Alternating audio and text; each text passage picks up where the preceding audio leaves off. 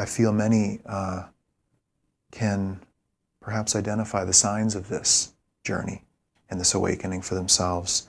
A sense of shift, that something has shifted at a deep level, as if a switch has been thrown, and it's changing how you view yourself and others and the world. And the things that you naturally did, or all the hobbies and interests and conversations and casual relationships, something can't go on at that level for you, perhaps. You can't tolerate superficial conversation. Can't tolerate the noise of the world, the overstimulation of life on earth. This shift is underway and this switch has been thrown. And it's almost like at a deep level, you've been turned 180 degrees and you're facing a completely new landscape of life. But at the surface, you're still facing in the same old direction. Same life, same job, same circumstances. But down here, the deeper part of you just turned. And you didn't do it. Maybe you weren't even looking for something. Maybe you were just trying to be happy and, escape pain and embrace joy and just live a good life. And yet something turned. And now things aren't the same at some level. And it's remarkable that that's happening for people, that awakening is underway. Slowly over time, as we begin to slow down the mind and decrease the stimulation and listen more, we can come into contact with this mind within us and experience life from this level. Ultimately, it's that holds the promise for the awakening, that knowledge can become our foundation, our ground of being, that knowledge can speak through our mind, surface mind, can move us in the world, move us people, to place, to purpose, so that knowledge can communicate through this life in this world at this time. Because knowledge is connected to the greater evolution of the world. Knowledge is fundamentally aligned to the evolutionary path our world is taking. But we are not yet aware of that path. At the level of our thinking, we're not yet in alignment. And so there feels like, at times, a battle, kind of a fork within us. Personally, we want to go this way, but something within us, deeper, is pushing us this way. We're saying no to this.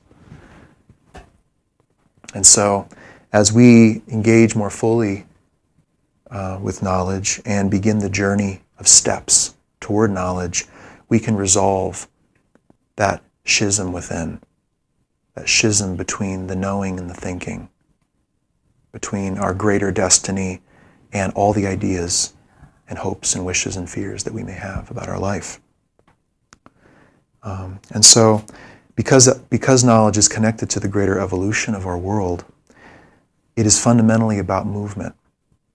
And this is one of the things we really want you to remember today, that knowledge, the spiritual mind within you, is about moving you, both physically, but also mentally and emotionally. It's about getting you into position, because in all likelihood, you're not yet living the life you know you must live. You're not where you need to be yet. Perhaps you're living a life that was created back when you knew nothing about any of this. When you married the person who seemed to have the same interests as you, and you took the job that just kind of popped up and made itself available, and you just kind of followed the prompts of family and religion, society at large, and you find yourself in a life that actually isn't the life you were meant to live. And so the journey to a new life is a major component of the way of knowledge. And we'll be talking about that more. But remember that knowledge is about moving. Okay, knowledge may stimulate realization so that it can move you, so that you can get where you need to be, with the people you need to be with, doing what you need to be doing. And as we come back into contact with knowledge, maybe we will feel that most essential and basic prompting, which is go or stop. Go that way, don't go that way. Very basic, no ideology, no cosmology, no religion. perhaps for some. Very basic and essential to you. And the beauty and the miracle of this is that this is God. This is God moving in your life. And it's so elemental, and it is fully within you and your purview to be aware of and to respond to and to follow. You don't need an intermediary or an institution or approval from an authority figure. This is God within you, moving you according to a greater plan and a greater coordination. So, I'd like to share this with you. Marshall said to us yesterday, Patricia and I, he said, if you have knowledge, then you have purpose. If you have purpose, then you have destiny. Somewhere you are meant to go. So this vigil is really a time of opening when we can see again, feel again, hear again, that prompting of knowledge at the most essential level, and remind ourselves that we do have a greater destiny. We have somewhere we need to be. And it is supporting that movement in our lives that Steps to Knowledge, the Book of Inner Knowing, has been given, which is the pathway of preparation to bring the thinking mind into contact with the knowing mind. And the steps are available. They're being studied by people around the world. And so we have this fork in the road. We have two different ways we could go from here. If this stirring and calling is happening in your life, if you have felt that sense of destiny throughout your life and the signs are there, then you can either recognize this awakening and support it and see what it means, take the steps that it indicates, and prepare yourself. Take the journey out of the old life where you may find yourself today or in the past to the new life that represents a life of knowledge. That's one path, that's one way to go. Or this awakening can be denied and neglected. It can be disparaged, doubted.